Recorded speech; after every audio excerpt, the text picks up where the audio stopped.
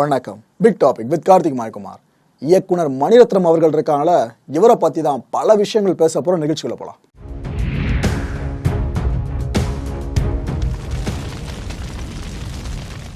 நம்ம இந்திய சினிமா துறைக்கு எவ்வளோ இயக்குனர்கள் வருவாங்க போவாங்க. ஆனால் இந்த ஒரு மனுஷன் இருக்கார் பாருங்க, இவர் செட் பண்ணி வச்சிருக்க அந்த உயரத்தை யாராலும் எட்டவும் முடியாது, எட்ட முற்பட்டாலும் முடியவே முடியாது. அப்படி தான் சொல்லி ஆகணும். இது மமதையில் பேசுகிறதா நினைக்காதீங்க. இவரோட படங்கள் ஒன்றும் அப்படி பேசும்.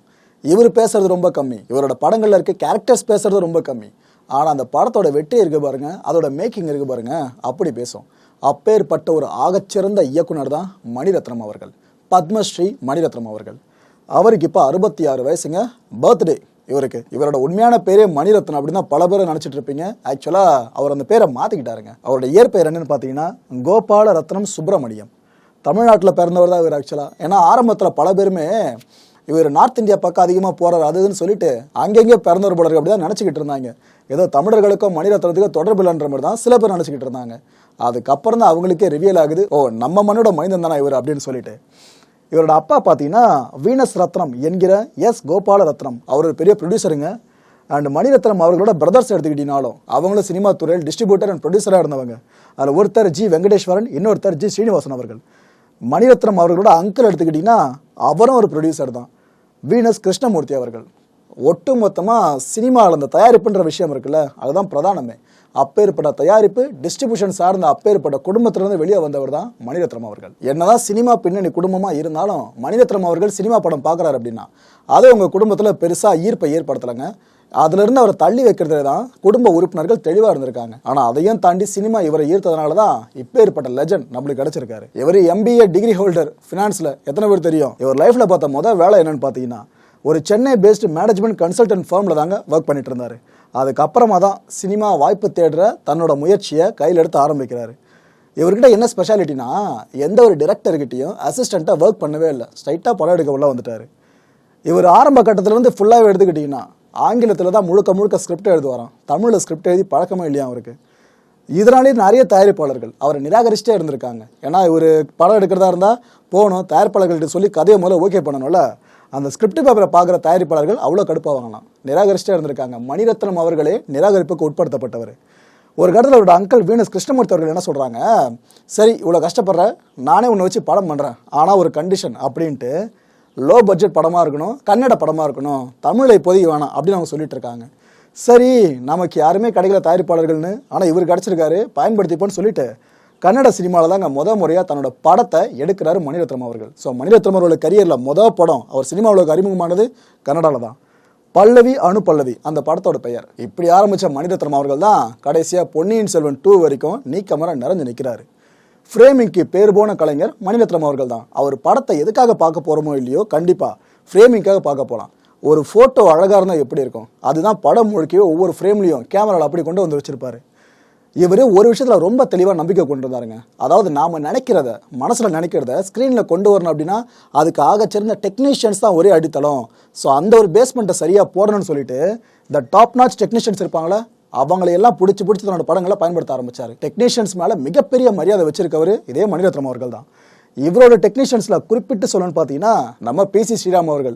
இப்போ வரைக்கும் இந்திய சினிமாவே எடுத்துக்கோங்களேன், மிகப்பெரிய ஒளிப்பதிவாளர்கள்லாம் இவரோட ஸ்கூல்லேருந்து வந்தவங்கள தான் இருப்பாங்க. யார்கிட்ட பாஸ்டனாக ஒர்க் பண்ணனா PC சார்கிட்ட இருந்து தான் சொல்லுவாங்க. அதுவும் இல்லாமல் PC அவர்களும் மணிரத்னம் அவர்களும் பால்யகால நண்பர்கள் வேறு. இந்த தமிழ் சினிமாவில் வாய்ப்பு கிடைக்கணும் அப்படின்றதுக்காக நடையா நடந்து இவங்க 2 பேருமே அலைஞ்சு தெரிஞ்சிருக்காங்க. ஆனால் மணிரத்னம் அவர்கள் தமிழ் படம் மூலமாக சினிமாவுக்கு அறிமுகமாக கன்னடா பக்கமாக போனார். ஆனால் இப்போ வரைக்கும் தமிழ் இயக்குநர்கள் எடுத்தாலும் சரி, இந்தியாவில் மிகப்பெரிய இயக்குநர்கள் எடுத்தாலும் சரி, தலைவன் தான் டாப். அதில் ஸ்ரீகர் பிரசாத் அவர்களாக இருக்கட்டும், ராஜு அவர்களாக இருக்கட்டும், சந்தோஷ் சிவன், ராம் கோபால் வர்மா, ரவி கே சந்திரன், இத்தனை பெரிய டெக்னீஷியன்ஸ் எல்லாம் மணிசார் கூட ஒர்க் பண்ணுவாங்க. தமிழ், கன்னடா, ஹிந்தி, தெலுங்குன்னு 4 மொழிகளில் படங்கள் எடுத்திருக்காருங்க. இவர் எடுத்த படங்களில் முக்கியமான 2 படங்கள் ஆஸ்கருக்கு நாமினேட் ஆச்சு. ஒன்று நாயகன், இன்னொன்று அஞ்சலி. 2மே தமிழ் படம். இந்தியாவிலிருந்து வருஷம் ஆஸ்கருக்கு ஒரு படத்தை நாமினேட் பண்ணுவாங்கள்ல, ஸோ அந்த லிஸ்டின் கீழே தான் இந்தியாவை ரெப்ரசன்ட் பண்ணி இந்த 2 படங்களும் போச்சு. ஆனால் ஆஸ்கரோட அந்த நாமினேட் பட்டியல் இறுதி பட்டியலில் தயாராகும் பார்த்தீங்களா, அது வரைக்கும் இந்த படங்களால் போக முடியல. பயங்கரவாதம், மதம் இதை தீமா வச்சுட்டும் ஒரு சில படங்களை எடுத்திருந்தாப்புல ரோஜா, பாம்பே, இது போல படங்களை. இந்த படங்கள்லாம் ரிலீஸ் ஆன பிற்பாடும் சரி, ரிலீஸ் ஆகிறதுக்கு முன்னாடியே சரி நிறைய பிரச்சனைகளை சந்திச்சாருங்க. இல்லை குறிப்பிட்டு சொல்லணும்னா 1995 என்ன ஆகுது, மணிரத்னம் அவர்களோட வீடு மேலேயே பார்த்தீங்கன்னா வீட்டில் தயாரிக்கப்பட்ட ஒரு வெடிகுண்டை தூக்கி வீசிட்டு இருக்காங்க. அப்போ அது பெரிய விஷயமா மாறிச்சு, ஹோம்மேடு பாம் எல்லாமே. அந்த ஒரு அனர்த்தத்தில் இவருக்கு காயம் ஏற்பட்டு அதுக்கப்புறம் மருத்துவமனையில் சேர்க்கிற அளவு கூட விஷயம் பெருசாக போயிருந்துச்சு. இந்த அளவுக்கு தன்னோட படங்கள் மூலமாக பல கருத்துக்களை சொல்கிறேன்னுட்டு பிரச்சனைகள் நிறைய ஃபேஸ் பண்ணியிருந்தாரு. இந்தியாவிலேயே படம் பண்ண விரும்புகிற டைரக்டர்ஸ் இருக்காங்களே, அதில் விரல் விட்டு எண்ணக்கூடியவர்களை இவர் முக்கியமானவர். ஏன்னா ஒரு சில டைரக்டர்ஸ்லாம் என்ன பண்ணுவாங்க, சார் இந்த பாடல் காட்சிக்கு வந்து இந்த நாட்டுக்கு போயிடலாம் சார், அந்த பாடல் காட்சிக்கு அங்கே, இந்த சண்டை காட்சிக்கு அந்த கண்ட்ரி, அதுன்னு சொல்லி லிஸ்ட் போடுவாங்க. ஆனால் மணி சார் படங்கள் பெரும்பாலும் நோட் பண்ணி பார்த்துருக்கீங்களா, பாடல் காட்சிகளாக இருக்கட்டும், படத்தில் வர பெரும்பாலான சீக்வன்சஸாக இருக்கட்டும், எல்லாமே இந்தியாவுக்குள்ளே இருக்க லொக்கேஷன்ஸில் மட்டும் தான் எடுத்திருப்பாரு. இதில் இந்த மனுஷனை அடிச்சிக்கவே முடியாதுங்க. கிட்டத்தட்ட 200 நாட்கள் வரைக்கும் இவரோட படம் ஒன்று ஓடி, ஓ மணி சார்னா வேற லெவல்ப்பா அப்படின்னு எல்லாரும் உச்சி கொட்ட வச்ச படம்னா அக்னி நட்சத்திரம். இப்போ இருக்கிற சினிமா நடிகைகள் யாரை போய் கேட்டாலும் அதில் பெரும்பாலானவங்க சொல்றது எனக்கு பிடிச்ச இயக்குனரா மணி சார், மணிரத்னம் சார் அப்படின்னு சொல்லிட்டு. அப்பேற்பட்ட மணிரத்னம் அவர்களுக்கு ரொம்ப பிடிச்ச டைரக்டர்ஸ் பார்த்தீங்கன்னா 2 பேருங்க. அதில் ஒருத்தர் நம்ம கே பாலச்சந்திரையா அவர்கள், இன்னொருத்தர் குருதத் அவர்கள். இதில் கேபி சாரை பற்றி நான் உங்களுக்கு சொல்லி தான் தெரியணும்னு அவசியம் இல்லை. குருதத் இருக்கார்ல, அவரை பற்றி நான் சொல்கிறேங்க. ஆக்சுவலாக அது மணிரத்னம் சார் சொன்ன விஷயம். குருதத் வந்து பாடல்களை ஷூட் பண்ணுற விதம் ரொம்பவே யூனிக்காக இருக்கும். அவர் இந்த ஒவ்வொரு பாடல்களையும் படத்தில் கரெக்டாக இன்செர்ட் பண்ணுறால, இந்த சீக்வன்ஸில் இந்த பாட்டு தான் கரெக்டாக இருக்கும்னு, அதுவே ரொம்ப புதுசாக இருக்கும். ஸோ இப்படி ஒரு சாங்கை எப்படி ஷூட் பண்ணணும், எந்த இடத்துல அதை பிளேஸ் பண்ணணும் அந்த படத்தில், இந்த எல்லா வித்தைகள்லையும் குருதத் வேற லெவலுங்க. நான் அவரை பார்த்து இந்த விஷயத்தில் அட்மையர் பண்ணுறேன்னு மணிசாரே சொல்லியிருந்தார். மணிரத்னம் அவர்களுக்கு பிடிச்சவங்க 2 பேரை பார்த்துட்டோம். இவரை இன்ஃப்ளூயன்ஸ் பண்ண டைரக்டர்ஸ் எடுத்துக்கிட்டிங்கன்னா அது ஒரு தனி பட்டியலே போகுங்க. இல்லை ஆக்சுவலாக பெரும்பாலானவங்க வெளிநாட்டவர்களாக இருந்தாலும் தலைவர் நம்மால் ஒருத்தர் இருக்காப்புல, மகேந்திரன் அவர்கள். அவரோட படங்கள்லாம் ஐயோயோ வேற லெவலில் இருக்குங்க. மகேந்திரன் அவர்களோட ஒர்க்லையும் மணிரத்னம் அவர்கள் இன்ஃப்ளூயன்ஸ் ஆகியிருக்காங்க. இவரை தொடர்ந்து பார்த்தீங்கன்னா அகிரா குரோசவா, இந்த மனுஷனை மறக்கவே முடியாது. இவரை பற்றி தனி வீடியோ நம்மளே போஸ்ட் பண்ணியிருக்கோம், பார்க்காத அந்த வீடியோ தேடி பார்த்துருங்க. Martin Scorsese, Christoph கியோல்ஸ்கி and இங்மர் Bergman, இத்தனை பேரால் இன்ஃப்ளூயன்ஸ் பண்ணப்பட்டவர் தான் மணி சார் அவர்கள். ஆக்சுவலாக இவரோட படங்களில் இந்த டைரக்டர்ஸோட டச்சை உங்களால் நல்லா நோட் பண்ணி பார்க்க முடியும், ரொம்ப ஆழ்ந்து போனீங்கன்னா மட்டும். இது வரைக்கும் 51 விருதுகளுக்கு பரிந்துரைக்கப்பட்டவர் தான் மணிரத்னம் அவர்கள். அதில் 43 விருதுகளை வென்றிருக்காருங்க. அந்த மார்ஜின் பார்த்தீங்களா, விக்டரி மார்ஜின். 6 தேசிய விருதுகளுக்கு சொந்தக்காரர். ஒரு நேஷனல் அவார்டு வாங்குறதே பெரிய விஷயம். 6 மௌனராகம், கீதாஞ்சலி, அஞ்சலி, ரோஜா, பாம்பே, கன்னத்தில் முத்தமிட்டாய், இந்த 6 படங்களை எடுத்ததுக்காக தான் அந்த அவார்டு. அஞ்சலி படம் இருக்குல்ல, இதுதான் இளையராஜா அவர்கள் இசையமைச்ச 500வது படங்க. இந்த இதிகாச கதைகள், புராண கதைகள், இதை படமாக பண்ணணும் அப்படின்னா எவ்வளோ பெரிய டாஸ்க் அது. ஆனால் இதுலேயும் வெற்றி கண்டவர் தான் மணிரத்னம் அவர்கள். உதாரணத்துக்கு தளபதி படத்தை எடுத்துக்கோங்க. ஆக்சுவலாக மகாபாரதம் இருக்குல்ல, அதோட நாட்டு தான் இந்த முழு படமே. கர்ணன், துரியோதனன், இவங்க கேரக்டரை வச்சு முக்காவாசி படத்தை முடிச்சிட்டு இருப்பாருங்க மணிரத்னம் அவர்கள் இந்த படத்தில். இதில் ஆக்சுவலாக கர்ணன் கேரக்டரில் ரஜினி சாரும், இன்னொரு பக்கம் துரியோதனன் கேரக்டரில் மம்முட்டி அவர்களும் பண்ணியிருப்பாங்க. நாம் கேட்ட சிவாஜி சார் நடித்த கர்ணன் படத்தில் பார்த்த விஷயங்களை இதில் பார்க்க முடியாது. ஆனால் அந்த எமோஷனல் இருக்குல்ல, அது மட்டும் படம் முழுக்க அப்படி ட்ராவல் ஆகும். தனக்கு அவமானம் நேர்ந்தப்ப தன்னை காத்த ஒருத்தர் கெட்டவராக இருந்தாலும் அவருக்காக என் உயிரே கொடுப்பேன் அப்படின்ற கர்ணனோட பெரிய குணம் இருக்குல்ல, அதை படம் முழுக்க அப்படி சொல்லியிருப்பாங்க.